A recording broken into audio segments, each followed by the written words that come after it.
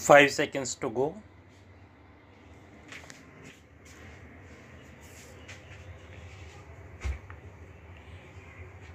Start. Questions of equity apart, the mode and scale of subsidizing has had two effects. One has been to induce a faster rate of growth of enrollments at this level than is otherwise likely to have taken place. In several parts of the country, the fees charged for higher education have remained unchanged for decades, and the rising costs have been almost wholly covered by the subsidies from government. Higher education has therefore become almost free for those who are in a position to meet the other related expenses. The other effect has been to encourage in this sphere, particularly in the last decade, a kind of entrepreneurship with little commitment to the goals of higher education, where the rate of subsidy is high and the rest of the expenditure can be almost wholly covered by fees collected from students. A college can be started and run with very little exertion on the part of the sponsors. In Delhi, 95% of the excess expenditure of a college on all approved items over its income from fees is met by the University Grants Commission. The sponsoring body, whether it is a private agency or a local authority, needs therefore to cover only a very small fraction of the total expenditure on running a college. Naturally, there is no dearth of entrepreneurs for starting colleges with an eye on the patronage and influence they can exercise through their control over them.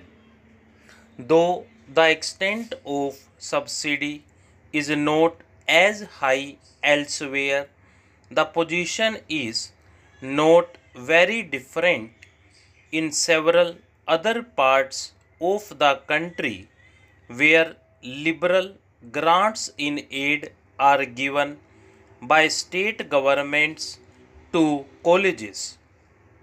The main qualification required of the promoters of higher education under these conditions is only that they have the contacts for securing the necessary financial and other support from the powers that be, where the rate of subsidy is not so high.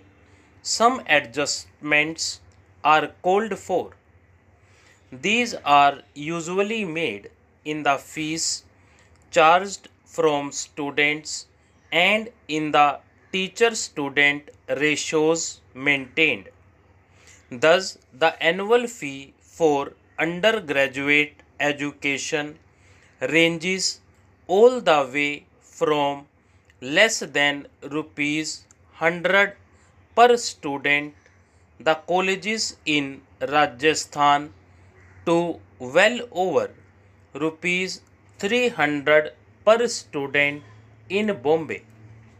The average number of students assigned to a teacher also varies from as low as 12 in some areas to more than twice that figure in others. This subsidy has to be discontinued. All this has usually a decisive impact at the higher levels of decision making and administration in the universities. For both the representatives of college managements and of teachers, secure representation in the various bodies of the universities of which they form a part. Changes in the structure and content of courses are therefore usually resisted if they call for more appointments at the college level than the managements are prepared to make, or if much more effort is required on the part of the existing staff. If any teaching is organized at the university level, as is generally done for postgraduate courses, the principle of representation has to be usually given considerable weight irrespective of academic considerations. The various sectional interests involved have to be taken into account also when examiners are appointed by universities, and sometimes even when the results of the examinations are declared. Universities, as organized now, are in fact highly vulnerable to pressures of various kinds. The representation given to colleges, the system of elections to the more important decision making bodies, and direct dependence on government grants are all potential instruments for gaining influence and exerting pressure within universities. It is not surprising, therefore, that when teachers and students are also free to participate in political activity, universities get affected very quickly by all the undercurrents and conflicts in the society of which they are a part. One of the major problems now is that while political forces are able to gain entry very easily, the universities do not have the means for effectively coping with them.